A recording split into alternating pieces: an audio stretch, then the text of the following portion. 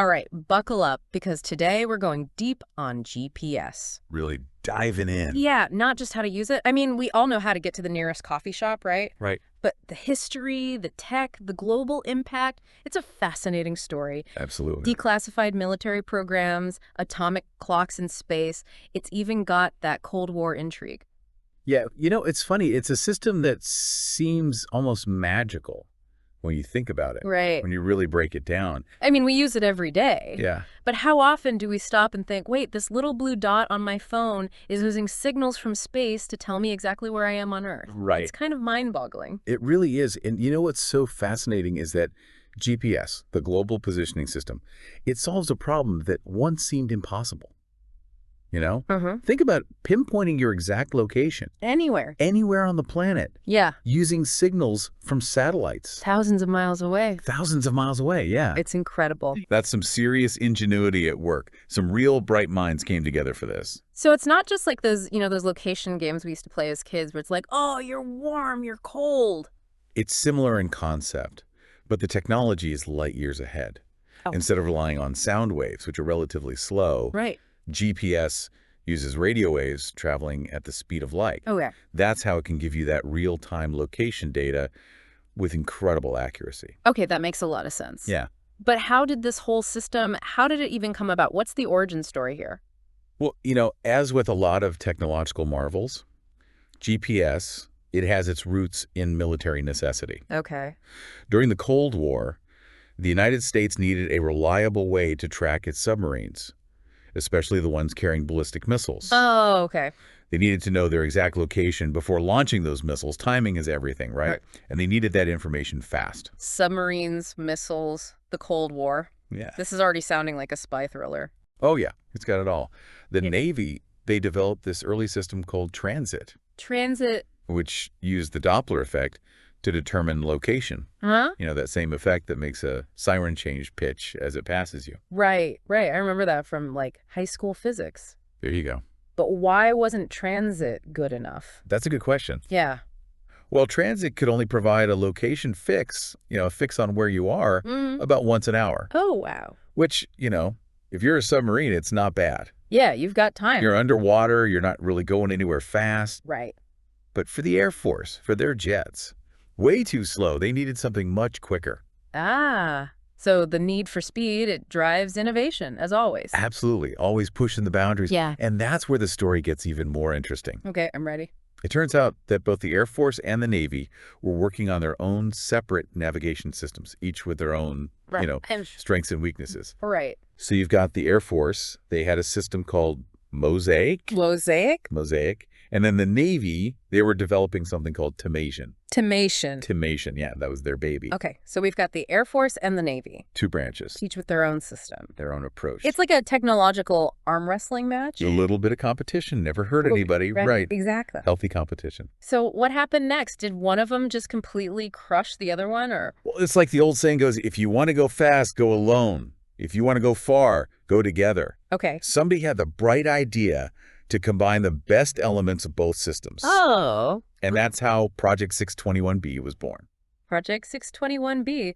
That sounds so clandestine. Yeah, a little bit. Like out of a spy movie. Right. Super secret. Like smoky room. Exactly. What made the combined system so much better, though? What were the strengths that they brought together? One of the keys to GPS, how it works so well, is how those satellites are arranged up there in space.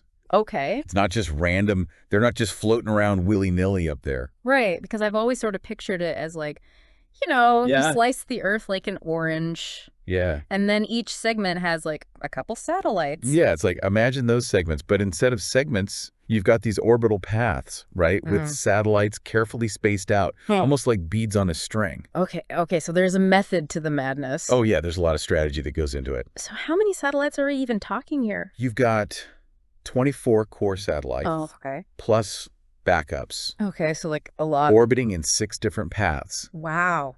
And this whole intricate design ensures that no matter where you are on Earth, at least 4 satellites are always visible. That's incredible. Yeah. I never realized there was so much strategy that went into just placing those things. Oh, absolutely. Yeah. It's a very deliberate system. So how does that then translate to knowing my location with such precision? Well, that's where things get really wild. Okay. For GPS to work, you need incredibly precise timekeeping. Okay. And I'm not talking about, just knowing what minute it is. Right. We're talking about measuring time down to billions of a second. Billionths of a second. That sounds like we're getting into, like, science fiction territory here. It's closer than you think.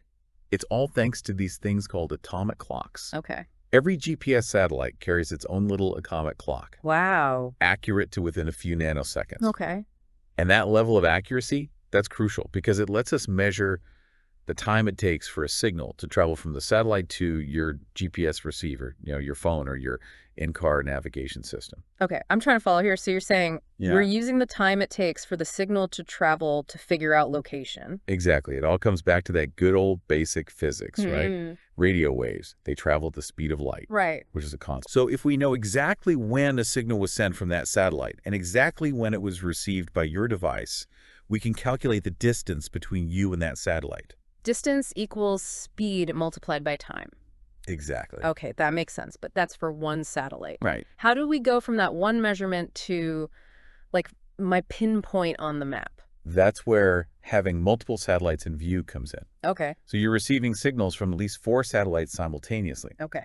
Your GPS receiver, it can use a process called trilateration to figure out your precise location in 3D space. So that's latitude, longitude, and even altitude. So it's like triangulating your position, but with an extra dimension. Exactly. Yeah, you got it. Okay. Now, there's another little wrinkle to this whole thing. It's pretty cool. Okay. Lay it on me. Remember those super accurate atomic clocks on each satellite? Yeah.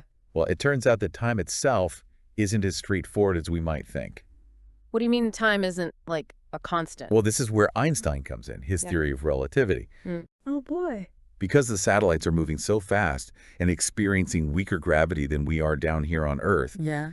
time actually passes a teeny bit differently for them. Wait, you're saying time is relative? Like, time moves slower in space? In a way, yes, it's a mind-blowing concept, but Einstein proved that time isn't absolute.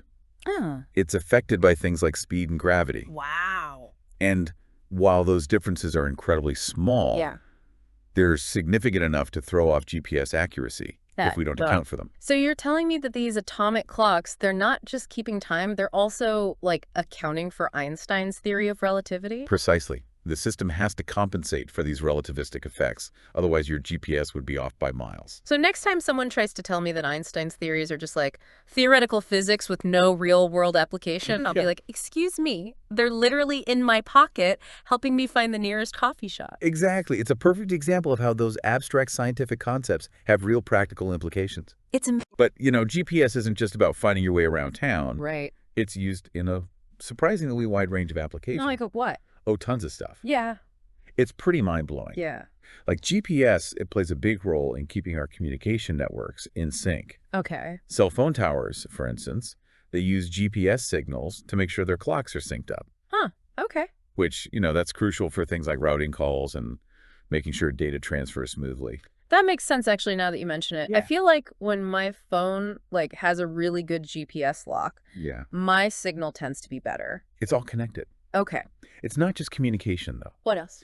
Think about every time you swipe your credit card Oh, or buy something online. Uh-huh. GPS is working behind the scenes there, too. Really? Yeah, it helps timestamp those transactions super accurately, Oh, wow. which helps prevent fraud and, make sure everything runs smoothly in the financial world. Wow, I never would have even thought of that. Yeah, it's everywhere. It's like the invisible backbone Absolutely. of how everything works. It's amazing. And the applications, they just keep growing. Yeah. Self-driving cars, they rely heavily on GPS. Yeah, that makes sense. For navigation and positioning, and farmers, they're using GPS-guided tractors now. Oh, right. For precision farming. It really has, like, revolutionized so many different industries. It really has. It's remarkable. But, going back to its origins for a second. Yeah.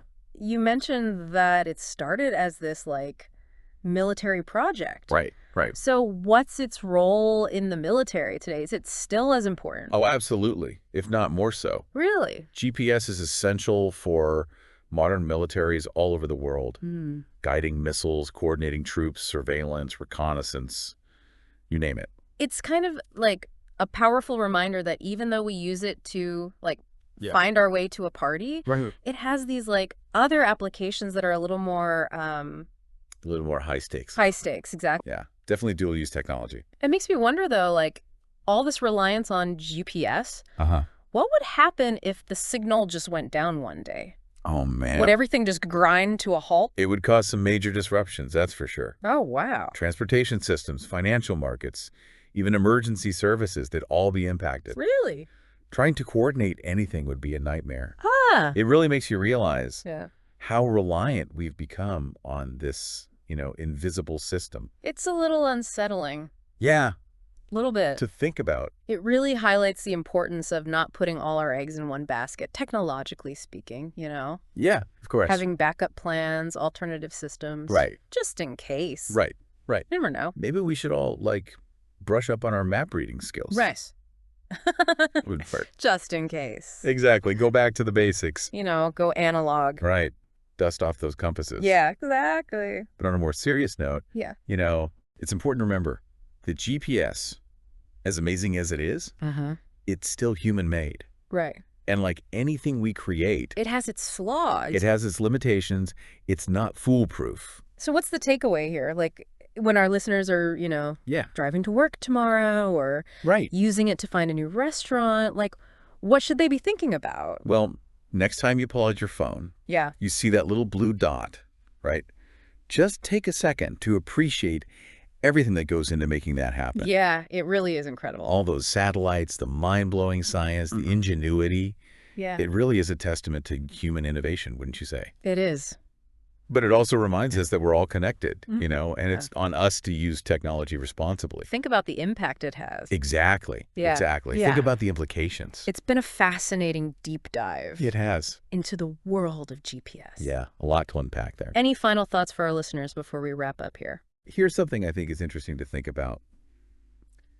GPS has changed how we navigate. Yeah. It's changed the world in countless ways. Uh-huh. But where do we go from here? Will it always be satellites? Or will something even better come along? Something even more precise, even more resilient? It's a good question. It's a question worth asking as technology keeps evolving, right? Right. Always pushing those boundaries. Yeah.